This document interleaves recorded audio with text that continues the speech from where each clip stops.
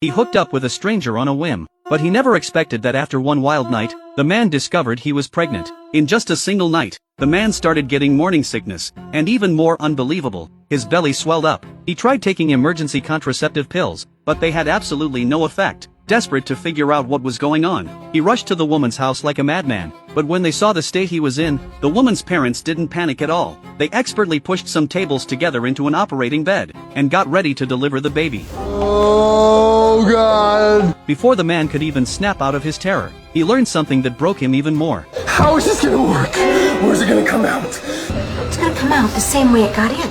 After hearing it, the man completely lost his mind. At that moment, he could never have imagined the far more brutal price he was about to pay. The story begins with a morgue that's been around for ages. The man in charge is Byron, an old fellow past 60. His face is deathly pale, giving off a really eerie vibe. And since the place itself is so creepy, hardly anyone in town ever comes here. But one day, after Byron finished handling a young victim, a girl named Sam showed up at the morgue. She claimed she was there for a job, but she really came to dig into the strange stories Byron collected. See, this old man had a peculiar hobby. He liked to record how people died, and write their deaths down in his books. And since Sam loved dark, thrilling things, after she begged him again and again, Byron told her his first story. At a cocktail party, a young, beautiful woman named Judy hid alone in the bathroom to escape a man harassing her. She sat down casually on the toilet, and downed the red wine in her hand in one go. But to everyone's surprise, the next second, several wallets appeared in her hands. Turns out her real identity was a thief. Looks like business was pretty good today.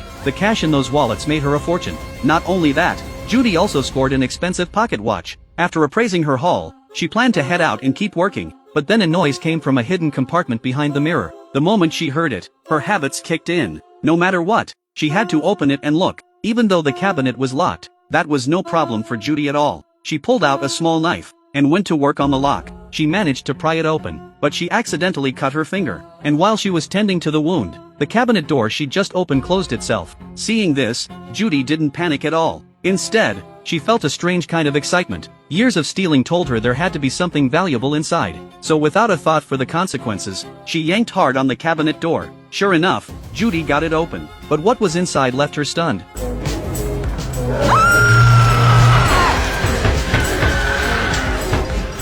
A second ago she was thrilled to pry it open. Now she was desperately trying to shut it. Only after the cabinet went quiet did Judy think to call for help. But no matter how she screamed, there was no answer outside. Judy knew she couldn't stay like this, so she crept carefully toward the door. But right at that moment, the pocket watch she'd taken slipped and fell to the floor.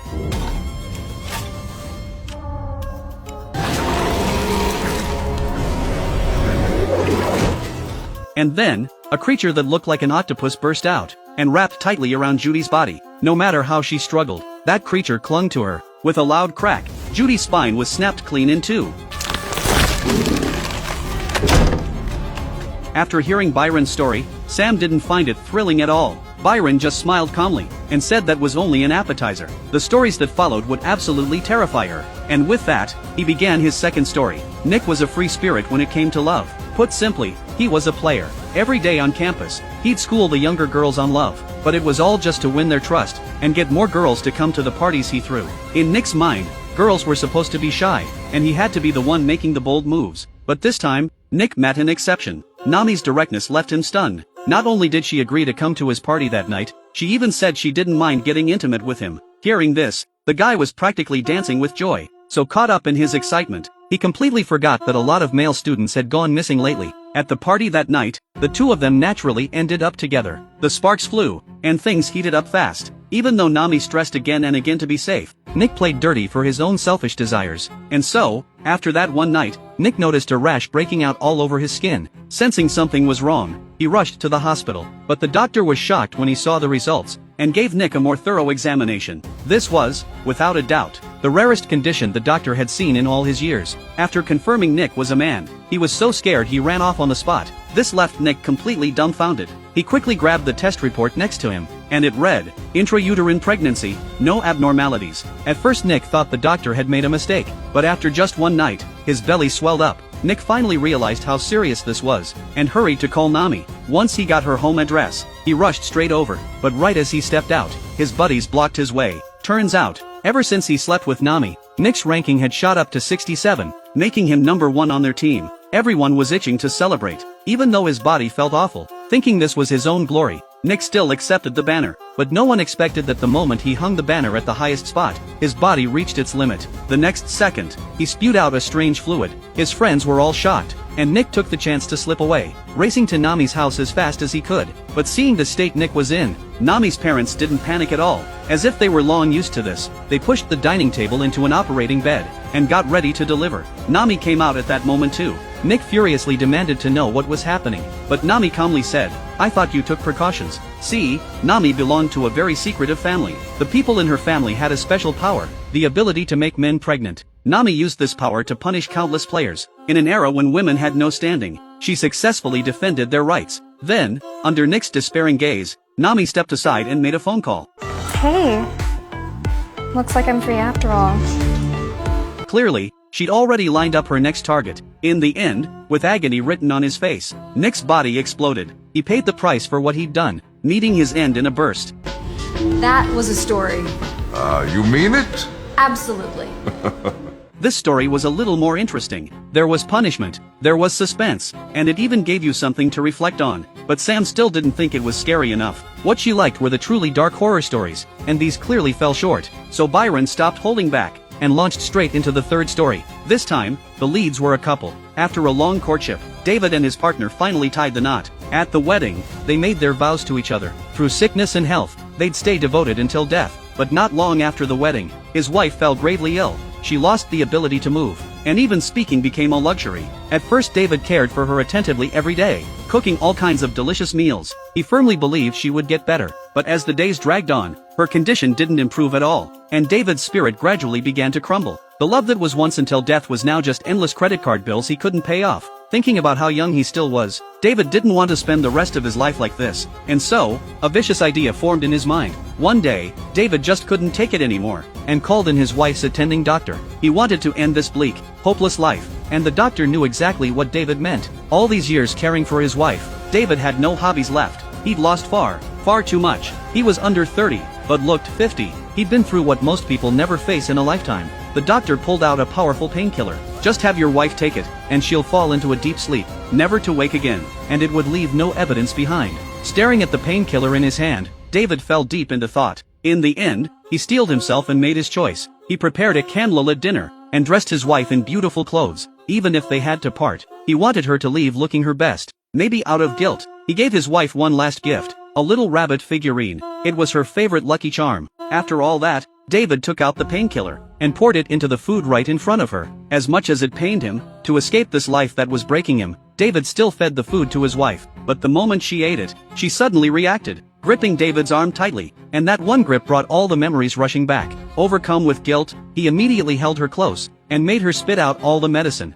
But as he turned to grab something to clean up the mess, his wife, without his support, toppled onto the table, and the gift he'd given her became the culprit, piercing straight through her forehead.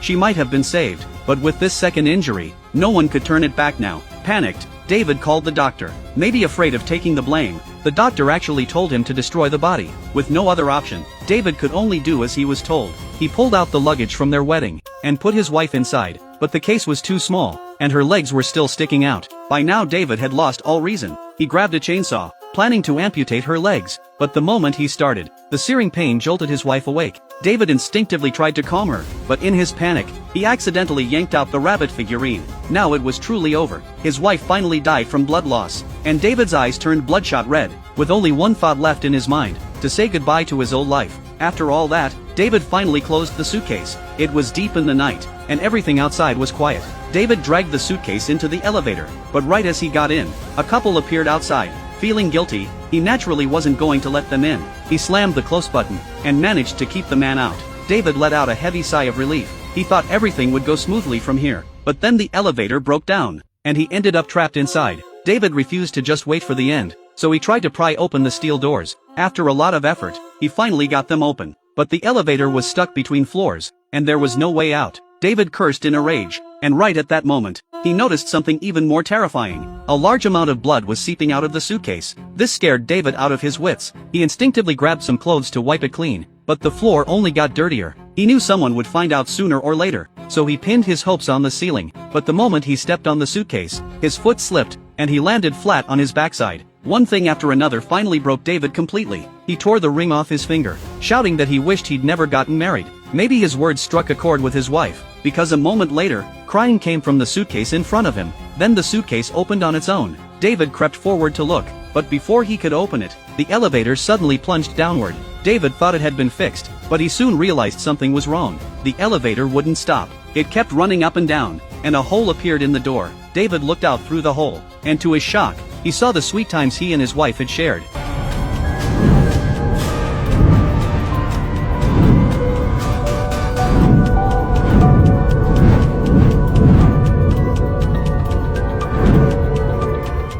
Back then they loved each other, a model couple in everyone's eyes. But ever since his wife got sick, everything changed. Maybe David's heart had changed, or maybe life had brought them too much hardship, but now all of it was gone. David's heart turned to ash, and time seemed to stand still. His wife rose up from the suitcase, and placed the ring, the symbol of their love, on his finger. Maybe until her very last moment, she never blamed the husband before her. Perhaps this is what true love really is. Later, the rescue team arrived, but there wasn't a drop of blood on the floor. Turns out, from the moment the elevator broke down, David had slipped into a hallucination. None of it was real, but the effect on him remained. He kept repeating his wedding vows, through sickness and health, "I will stay devoted until death." David had lost his mind, and was later locked away in a psychiatric ward. It has to be said, this was a tragic tale. What David did was chilling, but if we went through the same ordeal, what choice would we make? Byron said something with deep meaning. Everyone pays a price for their actions. It's fate. No one can escape it. Then Byron asked Sam to help push a small coffin into the incinerator.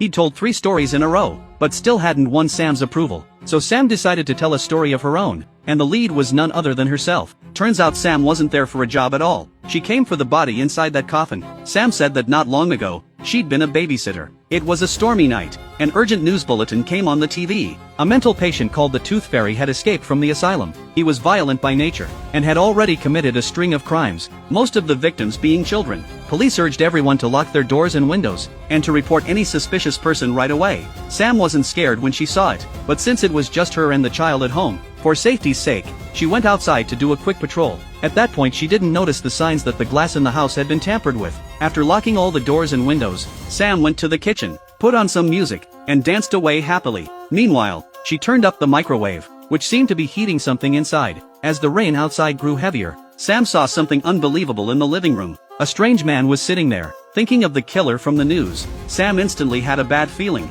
but her first thought wasn't to call the police. Instead she went to the kitchen and grabbed a weapon to defend herself, and the moment she turned around, the man silently appeared behind her. He begged Sam to help him. Sam didn't dare resist, and could only go along, tending to the man's wounds. Just then, a message from her employer played on the phone. Why the hell aren't you answering the phone? Listen, there was a riot over at the asylum and a psychopath escaped. It's the same one responsible for all those kids that were mutilated.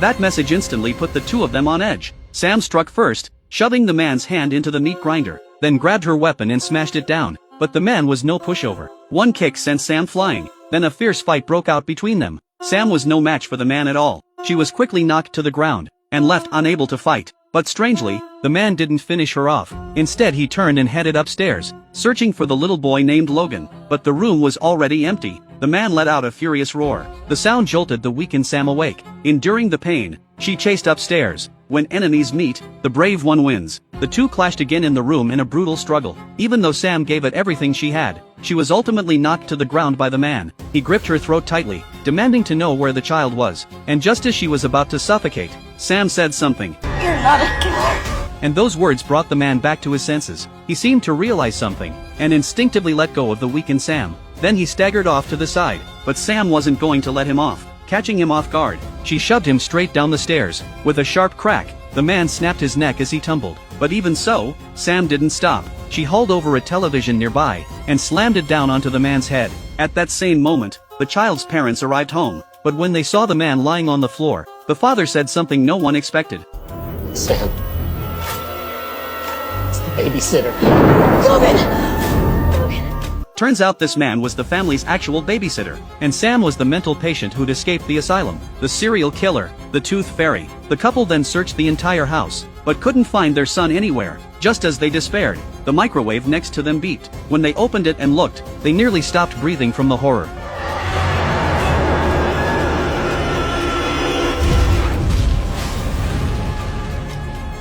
After hearing the Tooth Fairy's whole story, Byron didn't panic in the slightest. Turns out he'd seen through her identity long ago, but what he was curious about was why she'd come here. The Tooth Fairy didn't answer. Instead, she pulled a tooth from the corpse. It was her habit after a killing, to take the victim's tooth as a trophy to keep. Now that she'd achieved her goal, Byron had no reason to exist anymore. She grabbed her dagger and stabbed him, and just like that, Byron was killed. But just as she was about to leave, the Byron who should have been dead stood up again, saying, "You've achieved your goal, but mine is only just beginning." Seeing the eerie look on Byron's face, the Tooth Fairy had a bad feeling inside. She hurried out of the place, but the instant she stepped through the door, she witnessed something unbelievable. She seemed trapped in some kind of loop. Outside the door was the same place. The Tooth Fairy was trapped here. Just as she panicked, Byron silently appeared behind her. He told her running was useless. This was the fate she deserved. The Tooth Fairy wasn't going to just wait for death. She went to the library to find a way out, but it was like a maze in there too. Not only did she fail to find an exit, she got lost instead.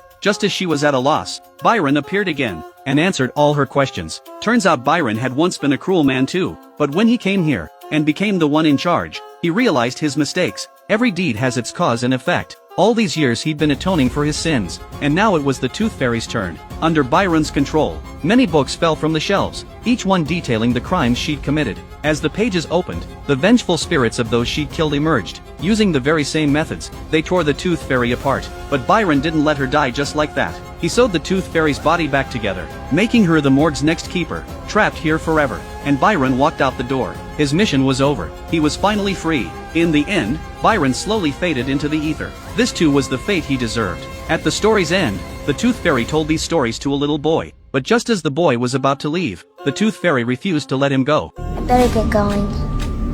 So soon. I was just about to make dinner.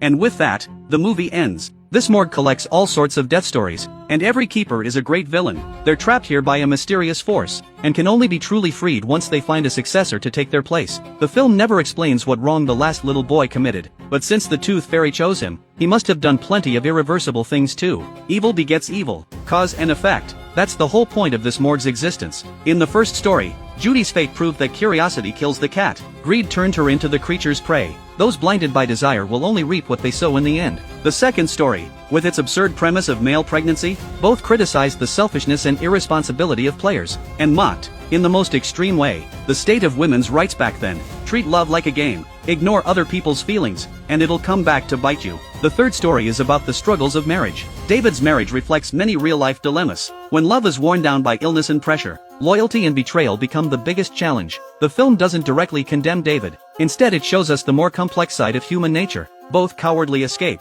and regret that came too late. And the fourth story exposes a killer's brutality. Plus there's a jaw-dropping twist here. Just when everyone was worried for the Tooth Fairy, they realize she's the twisted murderer. When the evil in one's heart goes unchecked, it's bound to lead to destruction. These four stories are both standalone and tightly connected, and that doctor is the thread running through them all. He's not the direct perpetrator, but in every story he plays the role of fanning the flames. He knew the bathroom was dangerous, yet he didn't warn the thief. He witnessed the player's bizarre fate, yet chose to ignore it. He even helped someone kill his own wife. He thought he was the bystander in control of it all, never knowing he'd long become a part of the evil. In the end, the doctor paid the price he deserved, forever losing his beloved son. His story sounds a warning for us all. In the face of great evil and injustice, silence isn't neutrality. It's just another form of complicity. What the film mainly wants to tell us is that the weaknesses of human nature are everywhere. Desire, selfishness, cowardice, can all lead us toward the abyss. In real life, we won't face the extreme situations in the film, but every choice has its cause and effect.